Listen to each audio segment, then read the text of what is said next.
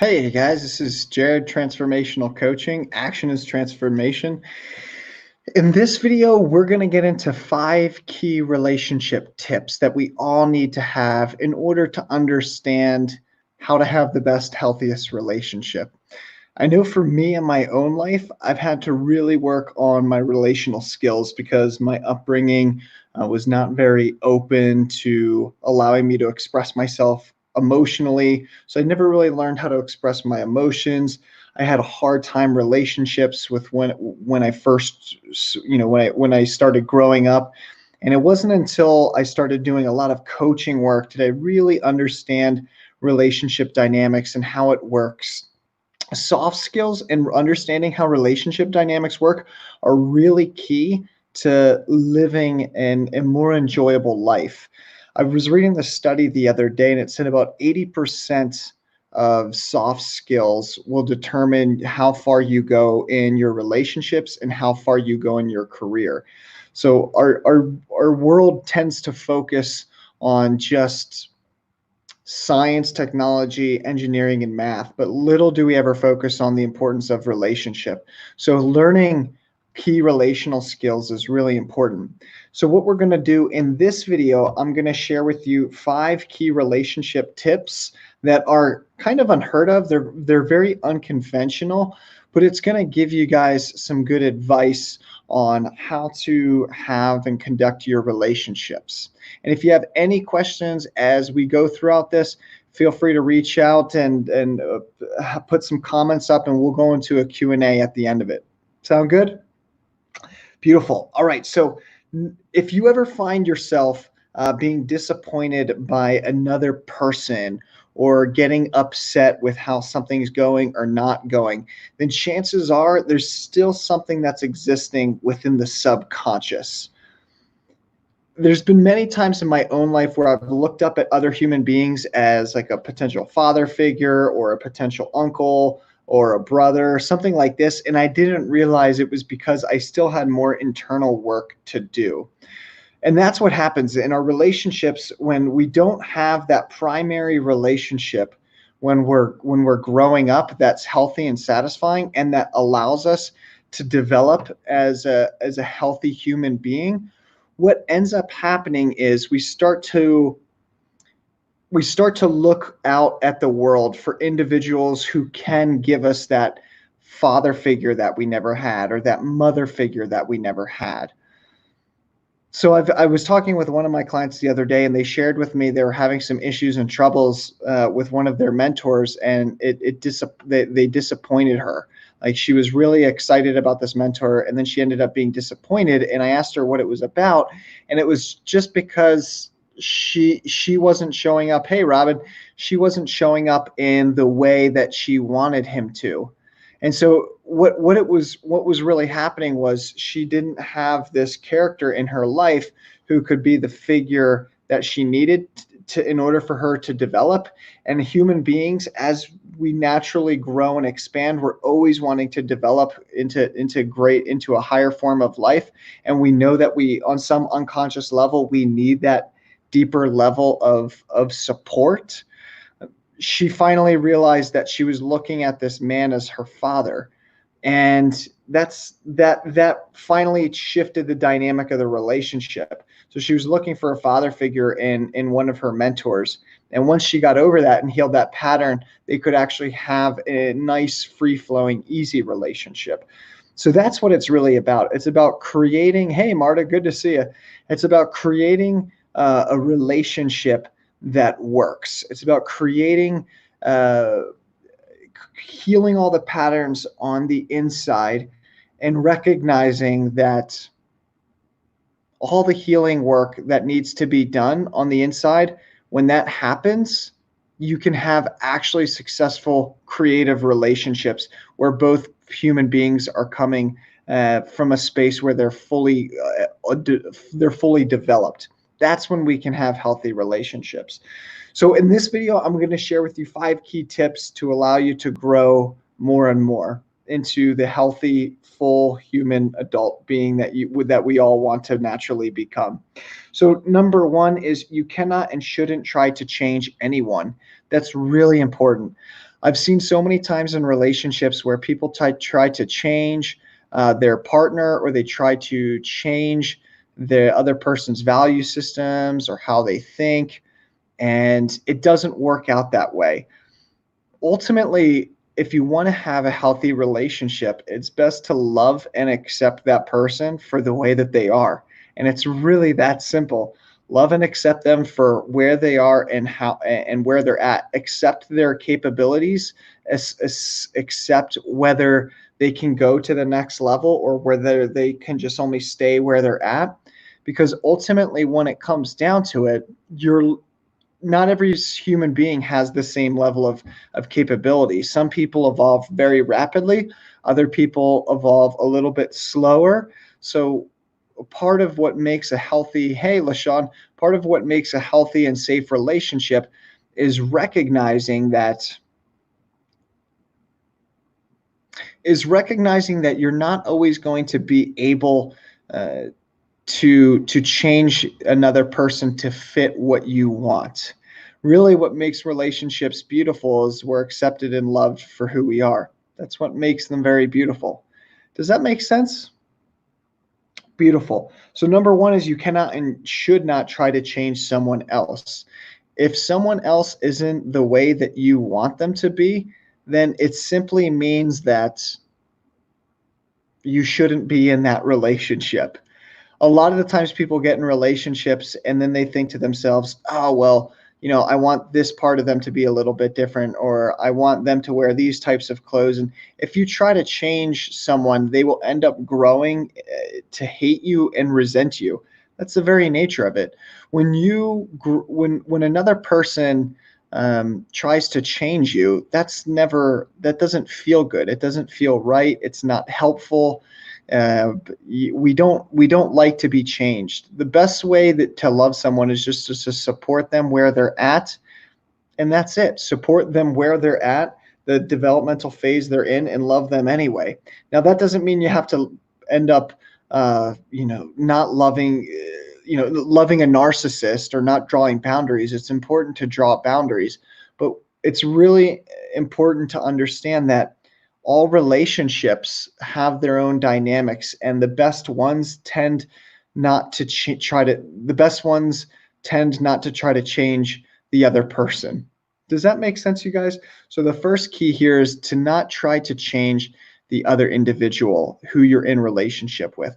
When you try to change another person, what ends up happening is they will feel like you're trying to change them. They will feel like you're trying to make them a different person, and they will grow resentful of you. And then that will actually drive the relationship apart. So number two is don't try to prove to your significant other that you're a good wife, mother, or something like this. It's not helpful. So anytime in my past where I felt like I was trying to prove to another person that I was a good human being, or that I was a good boyfriend, or trying to be a good husband or be a good wife, that stems from trauma in childhood. It stems from wanting the parents' approval. But when you're a full-grown adulted human being, when you're a full-grown adulted human being, then you don't need the approval of everyone and of anyone else, and no one needs your approval. You can be whoever it is that you want to be, and that's okay. That's healthy. So it's really important to recognize that when it comes to trying to prove yourself to another, if you're doing that, chances are what's happening is there's still some developmental phases that need to finish out from childhood. And those phases can finish out at any time. I mean, they can finish out you know, in your 50s. Some people never get to them. There's parts that I've seen within my own family members where they're way older than me, and a part of them still needs to develop on a deeper level. So when it really comes to this understanding of developmental phases, it's really important to recognize that at every single level, we need to see that we're always growing and we're always developing. And if we look at another human being as a certain figure, like a father or a brother or a sister or something like this, then you might have some more developmental work to do. And that's okay. There's nothing wrong with that. It's just recognizing it. With one of my clients who saw one of her colleagues as a father, that was getting in their way of the business relationship. They couldn't just say, "Hey, you do this? Can you do that?" All this stuff was coming in between. And then once I started going deeper and we started integrating that space, then she started seeing, oh, wow, I'm seeing this man as my father, and it's not actually helpful. It's not helpful to me, and it's not helpful to him. And once we did that inner work, the relationship was able to be more stable because she wasn't placing these expectations upon someone who couldn't meet those fatherly expectations. It wasn't his job. Let's get into number 3. Relationship is a compromise. This is really important to recognize. Relationship is a compromise. No matter what, your values will shift. That's all it comes down to. Your values will shift when you're in relationship. That's the very nature of relationship. When you connect with another individual, with another human being, they have a certain set of value systems and you have a certain set of value systems. This is how it works. All of your actions that you take out there in the world stem from your thoughts, and all the thoughts that you take stem from your belief systems. And your belief systems stem from your conditioning, from what was placed upon you by your environment, by your culture, by your family, by your friends. So in order to get into a healthy relationship, it's important to not to bring all of that old conditioning and baggage, but inevitably we end up bringing a lot of it still, even if we try not to. And so it's important to honor the value systems that you have and get in touch with your value systems. Your value systems are what you do. So for instance, I really like doing coaching work with individuals. I also like speaking. I also like presenting new information. I also like teaching classes. I really value those things. I really, really enjoy those things. I value peace as well. And so it's really important to recognize your value systems because those are the actions that show what it is that you value. I see a lot of individuals who don't recognize that they have certain value systems, and then they're left clueless as to thinking what they should do in their life. This is where most pain in relationship comes from in relation to value systems. So I'm going to share my screen here, and I'm going to bring up Paint so you guys can see this. I think it's really important to recognize just how this works. So when it comes to value systems, what happens is all of our actions revolve around our value system, no matter what, right? And this is where I see relationships go wrong. I see individuals who aren't honest with themselves because they were never taught to be honest with themselves, or they never have given themselves the free space to be fully honest with themselves. But for whatever reason, this is what I see. I'll see, let's say this circle is one couple, and then let's say this circle over here is another couple. So we have couple one, or I'm sorry, not couple, individual. So we have, I don't know, we'll say Luke over here. So we'll have Luke, and we'll have Kathy over here. And let's say they want to get into a relationship and be together. So they want to get in a relationship and be together. Well, they might have these value systems on the inside. So let's say Kathy values peace. Let's say she values adventure. And then let's say Luke values work. So he's always really working hard, and so his life never is peaceful. I'm actually going to make that a little bit bigger so I can fit that in there, because that's not too nice. So let's say Luke values hard work. Let's say he values determination no matter what. So we'll put work. Let's say that he values, like he's a homebody, so he likes staying home. Now, the key thing here to recognize is a lot of individuals, they're not aware of the value systems that they have, not always anyways. So for instance, we have Luke who likes work and likes being at home, and then we have Kathy who likes peace but likes also taking adventures as well too. Well, they're eventually going to come into a clash because let's say that Luke wants to work all the time and it's really stressful, and Kathy values peace. Well, when Luke comes home angry and upset because he values working really, really hard and is getting frustrated, then she's not going to be too happy about that. She's not going to find that really helpful. So it's really important at this point to recognize what each other's value systems are. Now, here's where things go wrong. So our value systems are what we act around. So we're going to put another circle here, and we're going to call that actions. And then we'll put another circle here, and we'll call that actions. So all your value systems is what you act around. It's really that simple. Whatever you act around, that's what your value system is, right? And so let's say we have Kathy on the right, Luke on the left. Now, people can think differently than their actions, and this is where fights usually break out in relationship. So let's say Kathy doesn't really know herself as much as she thinks, and let's say she's really about peace and adventure, but let's say she thinks that she's a hard worker. Hard worker.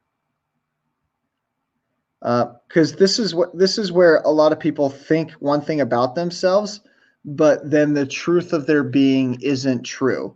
So they might think they're a hard worker, or let's say they might think they're a homebody, but in reality, when you look at their actions or their patterns of life, they really like peace and adventure, and they don't like hard work. So let's say Kathy and Luke's first start meeting each other. And Kathy says, oh, yeah, I'm a hard worker and I'm also a homebody.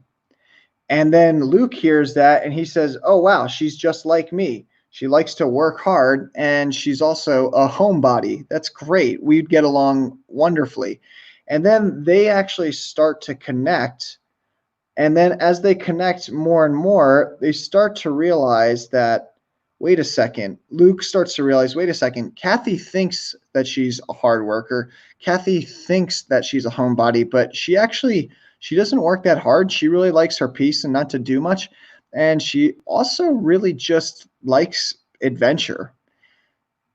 And then he starts realizing that, and then he starts saying that to her. And then for whatever reason, because of Kathy's conditioning from childhood or society, she still clings to the idea that she's a hard worker, but it's actually not true. And so then that gets in the middle of the relationship, and then they start getting in fights and arguments because Luke is telling her things that she's not. Does that make sense? So this is how value systems can tend to get into relationships and cause friction. Because when you think about yourself one way and it's not true to who you actually are, that's not too helpful. So it's really important to share with people your value systems and be in touch with your value systems and know your value systems and be honest with yourself. Because when you're not, then bad things start to happen. Things start to fall apart. Things start to break. So it's really important and necessary to be open, to be honest about your actions, because your actions speak to your value systems, not the ideas. So when you relate to another person from the level of the mind and how you think about yourself, not the reality, that's where things go wrong. Does this make sense, everyone? Are you guys tracking on this? Beautiful. So it's really important to actually be honest. It's really important to be open about who you really are, not from the idea level, not how you think about yourself, but actually how you are, how you act from moment to moment, so it doesn't bring friction into the relationship. Relationships can be tricky at times only when we don't know ourselves and only when we don't know how to go about having a true, deep, authentic relationship. And a big part of that is being honest with your patterns and your actions. Let's get into number 4. Number 4 is blame shifting. Blame shifting is a sign that you're not willing to take responsibility for something. It's really that simple. When we shift blame onto someone else, something crazy happens and you no longer take responsibility for what you have to do. In every relationship, human beings are are working in that relationship together. It takes two to tango.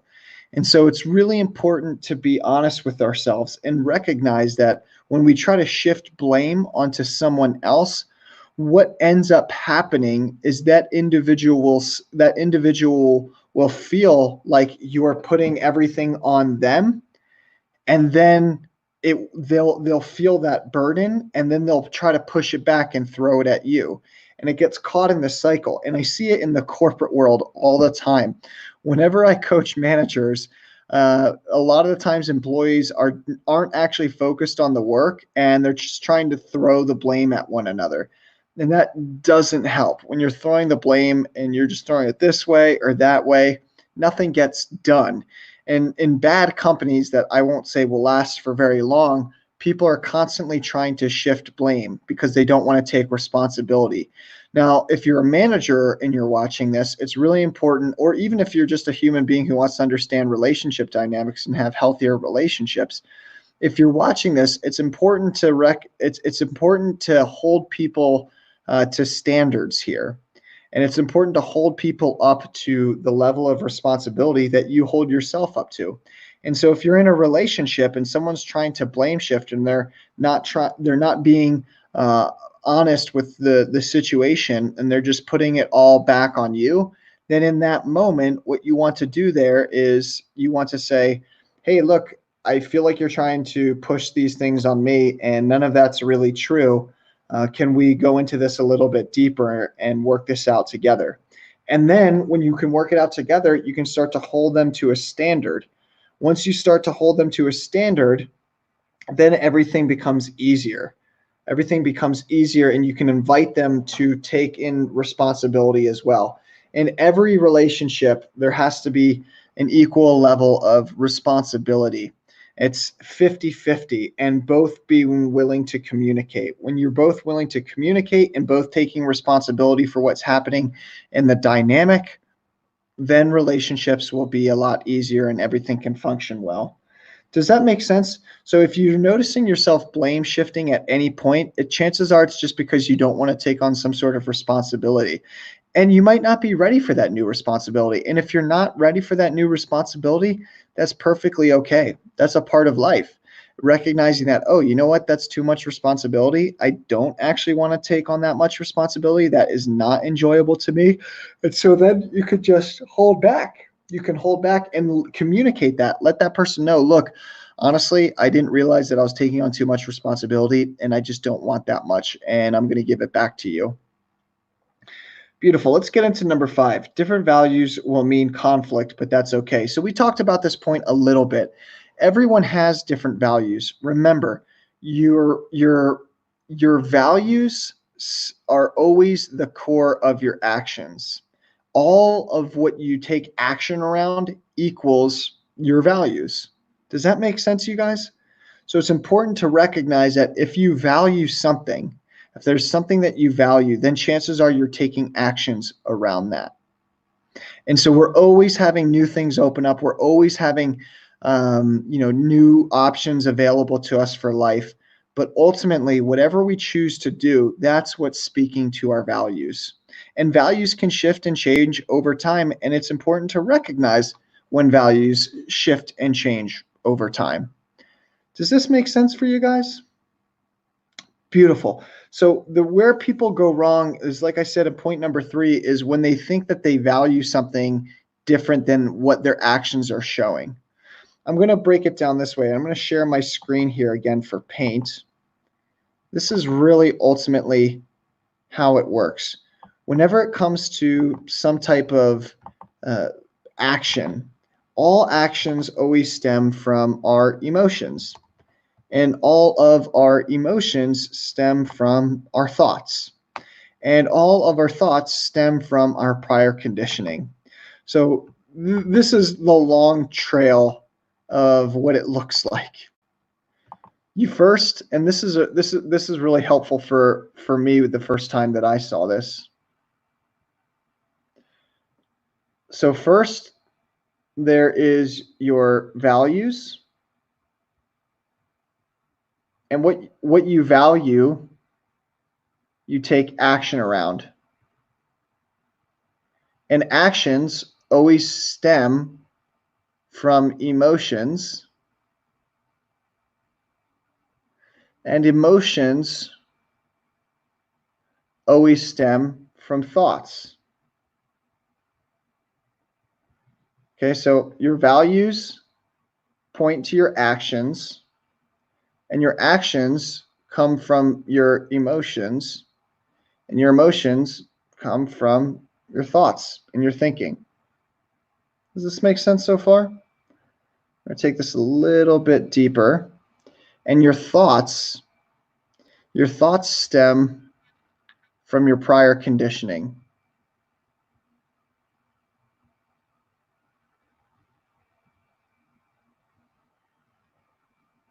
Your prior conditioning. And that conditioning can be from society, it comes from family, comes from friends, and we're always being conditioned. All the time, always. Does this make sense, you guys? So this is how it looks in the long run. Now I'm going to rewind this just a little bit more because I'm going to take this a little bit further.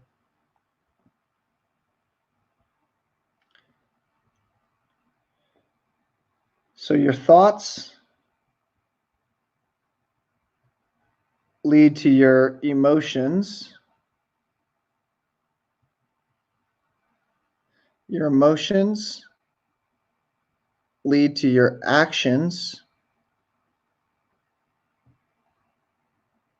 And your actions lead to your habits. And your habits lead to your character. And your character leads to your life. That is the big summary right there. Does that make sense? So if you guys have any questions about this, just feel free to put them in the comment section there. So that's how it works. Your thoughts equal your emotions equal your actions equal your habits. I don't know how actions got in there twice. Your habits equal your character, and your character equals your life. And that's it. It's really that simple.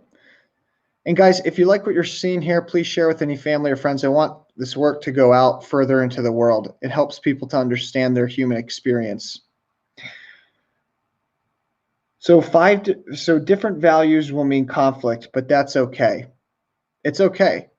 So when we look at value systems, remember, our actions always come from our value systems. Always. Values. So I'm going to put values right here. And that's normal. It's completely normal. But what's most important to recognize about this is that your values, when you have different values in a relationship, there may be conflict, but that's okay. That's where you use communication. And that's when you make agreements. Like, hey, I know right now we're not in a fight and we're really calm. So can we come up with a plan that whenever we do get in a fight and whenever we do get angry, we can do this? So it's a way to preserve the relationship. The most successful people, they build resilience into everything in life. They build resilience into their business. They build resilience into their actions. They build resilience into their relationships. And what resilience is if you know that something's going to be tricky or hard, you set up like precautions beforehand.